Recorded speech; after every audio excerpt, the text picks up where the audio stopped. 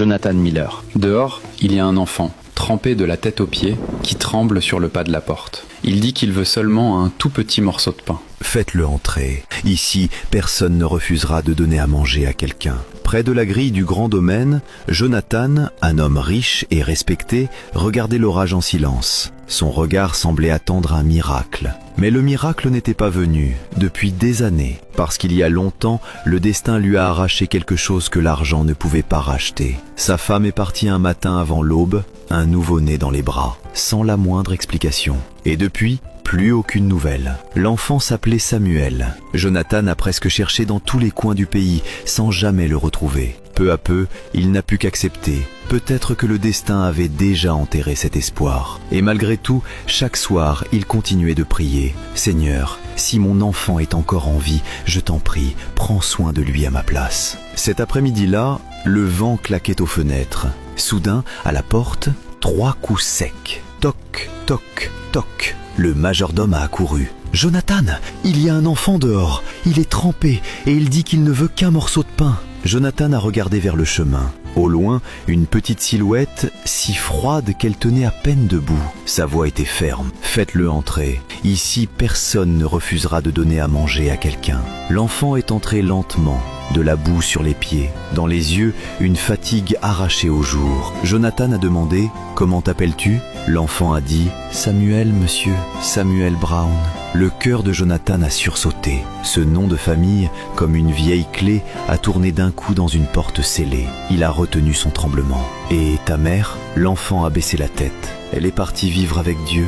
Elle m'a dit de ne pas abandonner. Elle a dit que Dieu me conduirait vers quelqu'un de bien. » Ces mots ont transpercé Jonathan comme une flèche. Ses larmes se sont mêlées à la pluie qui gouttait du bord de son chapeau. Il a murmuré « Entre, Samuel. Ici, tu ne manqueras de rien. » Le majordome a apporté du lait chaud et du pain au fromage. L'enfant mangeait lentement, en regardant autour de lui, comme s'il n'osait pas croire que tout cela était vrai. Plus Jonathan le regardait, plus quelque chose sonnait juste et impossible. La forme de ses yeux, exactement comme dans son souvenir. Et ce petit geste du sourcil quand il a peur, exactement pareil. Une seconde, et Jonathan a eu l'impression que la veille revenait. Son cœur s'est emballé. Il s'est tourné, a ouvert une vieille malle en bois, a sorti des lettres jaunies, une photo déchirée et ce dossier qu'il n'avait jamais osé ouvrir. Il a tendu la photo à l'enfant. Une jeune femme y tenait un bébé dans ses bras. Samuel a écarquillé les yeux. « C'est ma maman !» La cuisine est devenue terriblement silencieuse.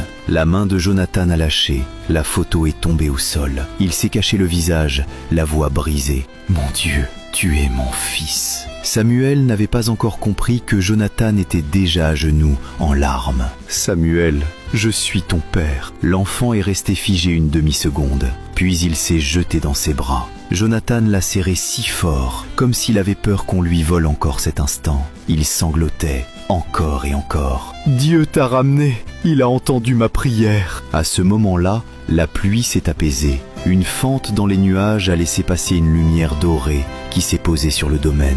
Le majordome, les larmes aux yeux, a dit « Jonathan, Dieu fait encore des miracles. » Ce soir-là, le manoir a retrouvé de la vie. Dans les couloirs, il y avait le rire de Samuel. Pour la première fois depuis des années, Jonathan a remercié à voix haute à table.